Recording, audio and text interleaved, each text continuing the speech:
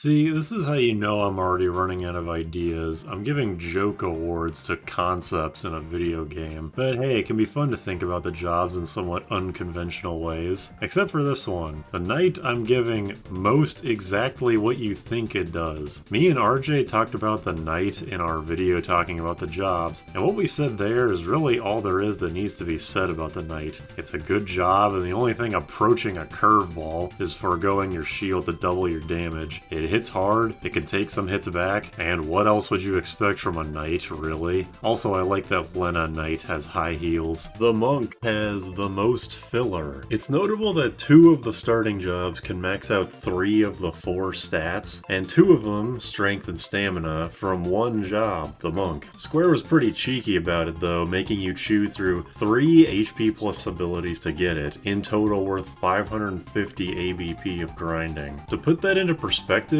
you only need 150 ABP to get every other notable ability for Monk. Build up, barehanded, chakra, and counter. As another slap in the face, the lower HP pluses are completely useless as soon as you unlock the higher tiers, because you can equip HP plus 30% as many times as you have slots. I always thought it was lame that White Mage gets MP plus 10% in place of something interesting because the Black Mage just has the plus 30%, but this is way more in your face that this is just to waste your time. There's also the potential downside of inheriting counter for your freelances and mimes when you master Monk, but really that only negatively affects you if you decide to do mimic strats, which can be extremely powerful, I won't deny, but I don't think most players are gonna mess with it, so it only impacts like less than 1% of players. The Thief is hardest to rank in a tier list. Thief obviously isn't meant to be a combat class. The fact that it even has a positive strength stat at all is surprising to me.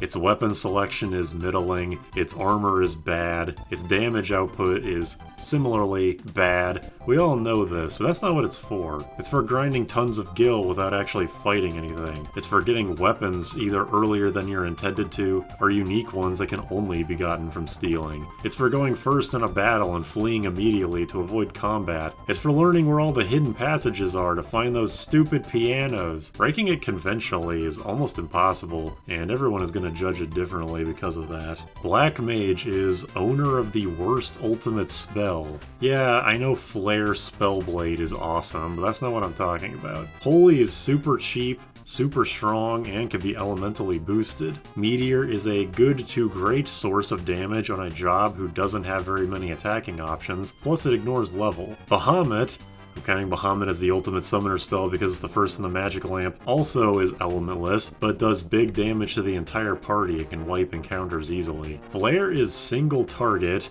and can't be elementally boosted, and while the aspect of ignoring a target's magic defense is good, not very many enemies have enough magic defense to where it'll ever do more damage than a rod boosted Aga spell. At least it can't be resisted or absorbed, but in almost every single case, another ultimate spell or an Aga spell is better utilized. But again, Flare's existence isn't useless, because Flare Spellblade just cranks up the Spellblade's damage by a ton, so that justifies its existence by itself. White Mage is worst starting job in a 4-job fiesta. You're stuck with this damn job until you beat Garula. It's an amazing job, no one will ever deny that, but whittling away 4 bosses with the horrible damage of 4 staves and then 3 staves and a flail is not what I'd call engaging, especially since with Protect and Cure you're basically invincible. Maybe you're better off hoping for the unarmed crits? I don't know, but I prefer to keep my mages back road permanently. Why can't you buy flails before Karnak? Blue Mage is most don't copy my homework. The arrow line kind of puzzles me.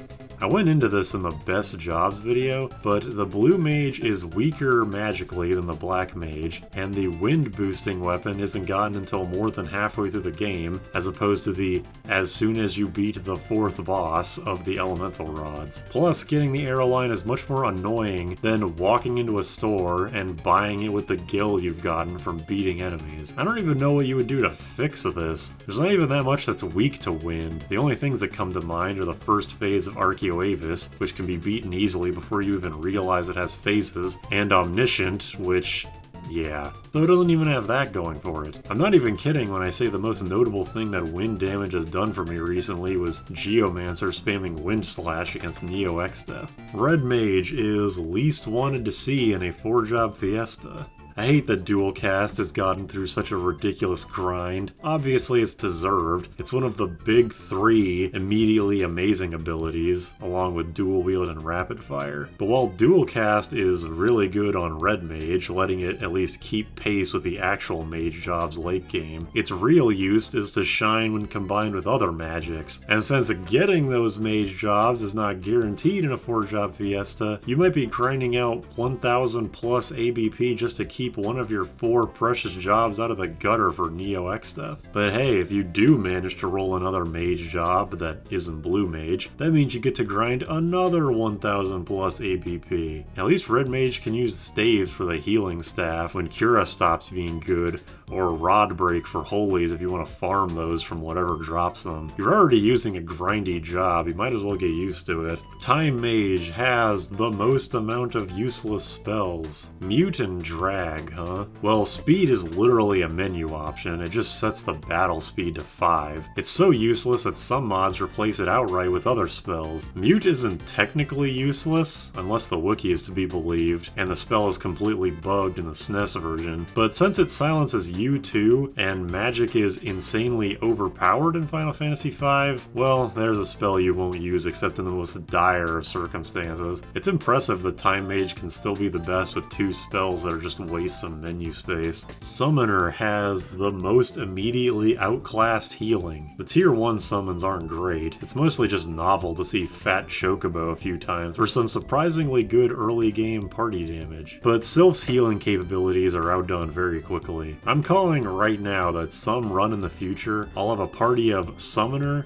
and 3 other non-staff users, so I'll have to rely on Sylph for my party healing. But right now, as I'm recording this, Sylph's healing is not very good. It's based on how much damage it does, and it doesn't do very much. By the time you get Summoner, you're not very far away from Cura, and that blows Sylph out of the water. The Summoner gets its support capabilities in World 2, but until that point, just keep rocking that Chocobo or Shiva or Titan or whatever you're using. Berserker is most reminiscent to a modern anime fighting game tier list. Have you ever gotten into a fighting game community like Dragon Ball FighterZ as one example and seen tier lists like this? Well, that's kind of what we have here. Somebody's got to be the worst Berserker, and I'm sorry that it has to be you. My opinion has gotten a lot better about this job in the past year ever since that job discussion video. I now see the value in a class where it distills the turn-based RPG down to its very core essence. Still the worst job, though. Mystic Knight is least beholden to magical evasion. Mystic Knight takes the uncertainty that is hitting an enemy with a status effect in a turn-based RPG and says, nah, forget that. It's awesome enough to have infinite healing with Drain Sword, or neutralizing an enemy with Sleep Sword, but if that's not enough for you, how about a whole plethora of ways to just instantly kill the guy you're hitting? And you can use knives too, in case the physical evasion was a concern for you. More games need something like this. Beastmaster is most magical, least magical.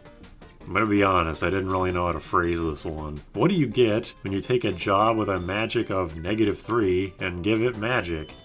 This. Or this.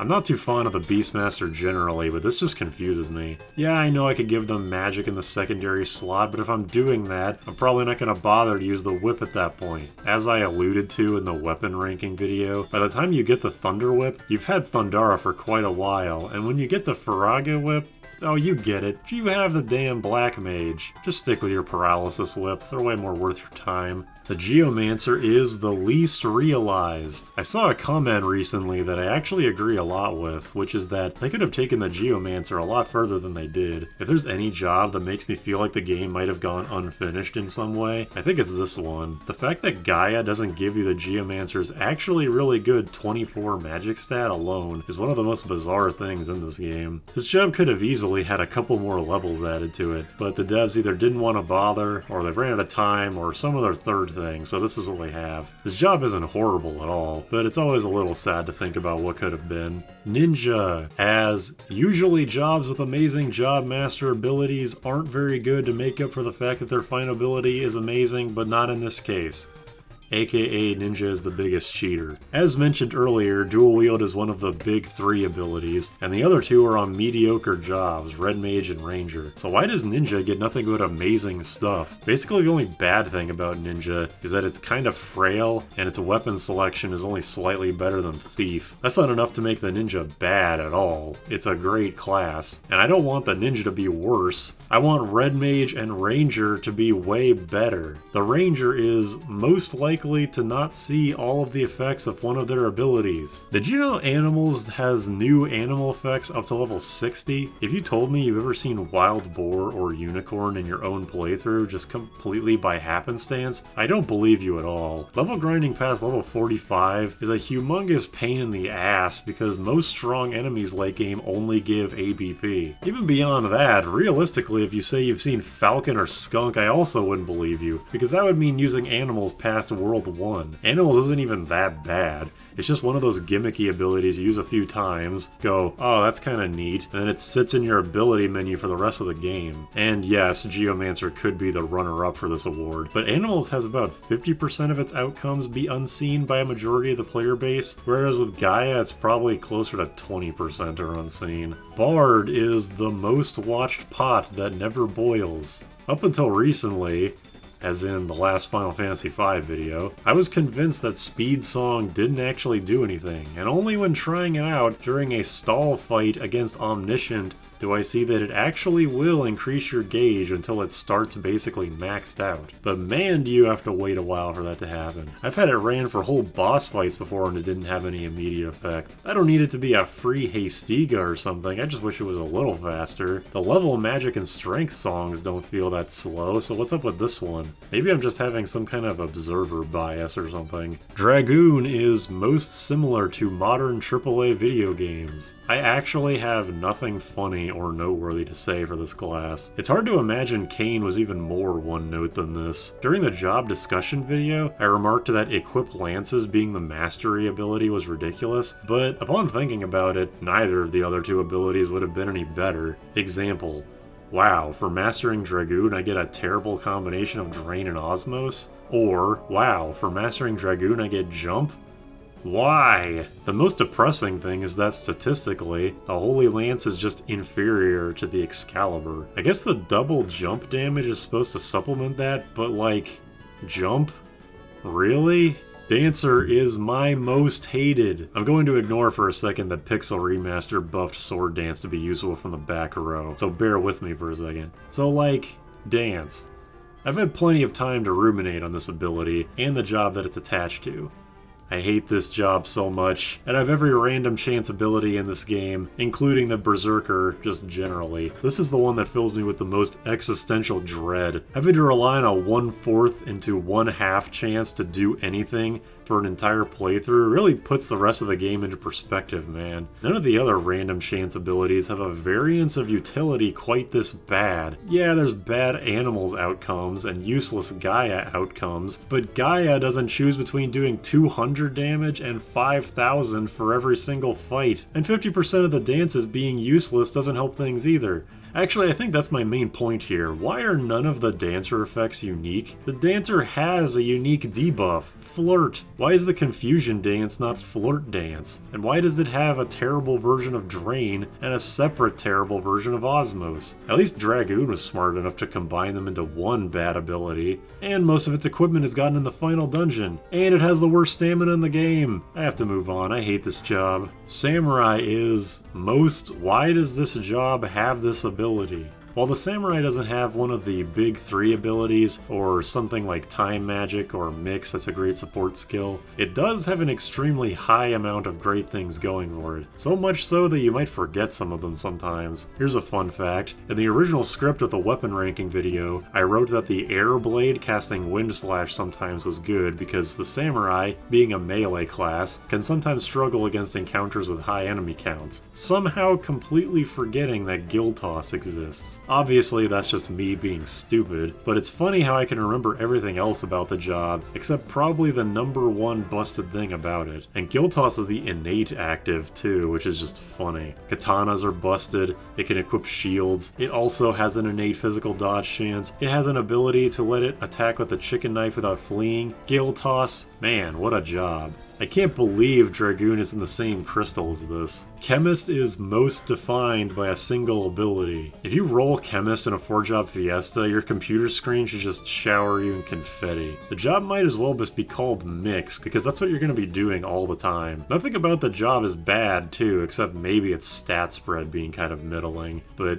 it's not a magic job, and you're probably not going to be attacking with it, so aside from agility and stamina, you really don't need it to have great stats. Mix just throws the scale out the window. I know I've sung its graces so much that everyone's sick of hearing it at this point, so I'm not going to harp on it forever. But seriously, Chemist is actually a really well-balanced job without Mix. It's not horrible, it's just a very unique support job. Honestly, I think if you remove Dragon Power and Samson's Might, it would be extremely balanced. Still overpowered, just balanced in that Final Fantasy V way, you know? Gladiator is owner of an ability that lets them attack from the back row when they already have the innate ability to equip bows, aka most weapon redundancy. Man, if only the Gladiator could equip katanas instead of bows. But yes, in a game where shields are as good as they are, I fail to see the point of using a two-handed weapon if you have the option of equipping them. Two-handed doesn't count because that's at least doubling your damage output, and there's actually a risk-reward aspect there. Long Reach is a really fun idea for an ability, and it's too bad that it's not inherited by the freelancer. But it's just bizarre that the devs made that ability and didn't think, well, that makes the bow thing a little pointless, doesn't it? Oracle has the most amount of effort for least amount of reward. Blue Mage and Chemist would definitely take the awards for most metagamey if I were to give that as an award, but Oracle actually goes even further than that. Whereas Chemist is just about collecting items and having a wiki up on your phone or something, and Blue Mage is about using a guide to see what monster gives what and where. Predict is a move that both would be better off using a guide for, and then still needing setup time for every single encounter you want to use it for. I'm not even sure if anywhere in-game explains how it works with the last digit of your MP and HP thing. At least it's easy to find out how the Blue Mage works through accidental experimentation or, you know, just reading the job description in-game. And while Mix is hard to know what everything does specifically, the rules are really simple.